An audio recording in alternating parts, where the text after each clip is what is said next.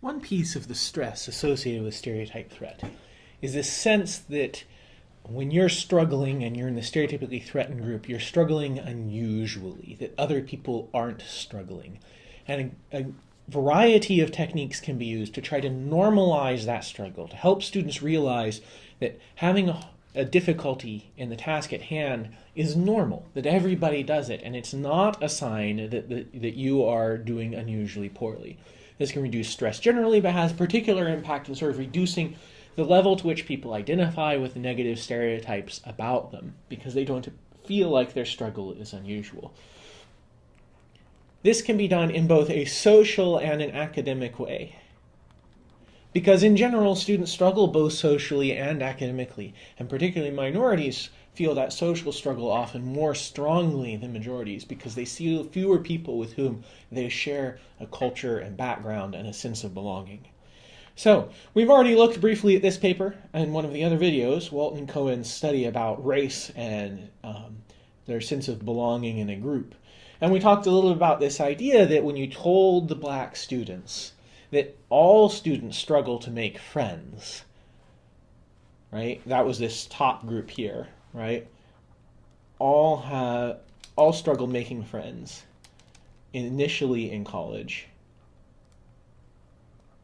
Then their overall reaction to hard days was greatly reduced, right? They didn't have as much of a dip when the pressure came on because that social struggle had been normalized for them.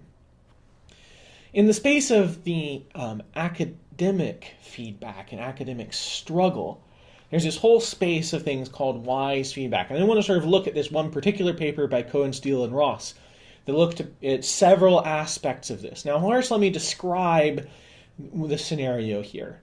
In this particular scenario, this was actually working with an essay. Most of the studies I reference are direct to computer science, but this study I think was clearer here. They were given an essay to write, and then the essay was completely covered with feedback, red ink covering it, things to change, right? And so all three of them were given much negative feedback, right? A lot of things that were not good about this. But then some of them were given additional scenarios. So some of them were told, did a great job, essentially. Not those exact words, but sort of a message that said, you're doing very well, and here's a lot of things that are wrong. And some of them were told, this is hard, but you can do it. Okay? These are the three cases. Everything's wrong, but you did a great job, or everything's wrong, but that's because this is very hard and we know you can succeed. And they'll look at various aspects of the student. So this one is about motivation. How likely were they or how motivated were they to revise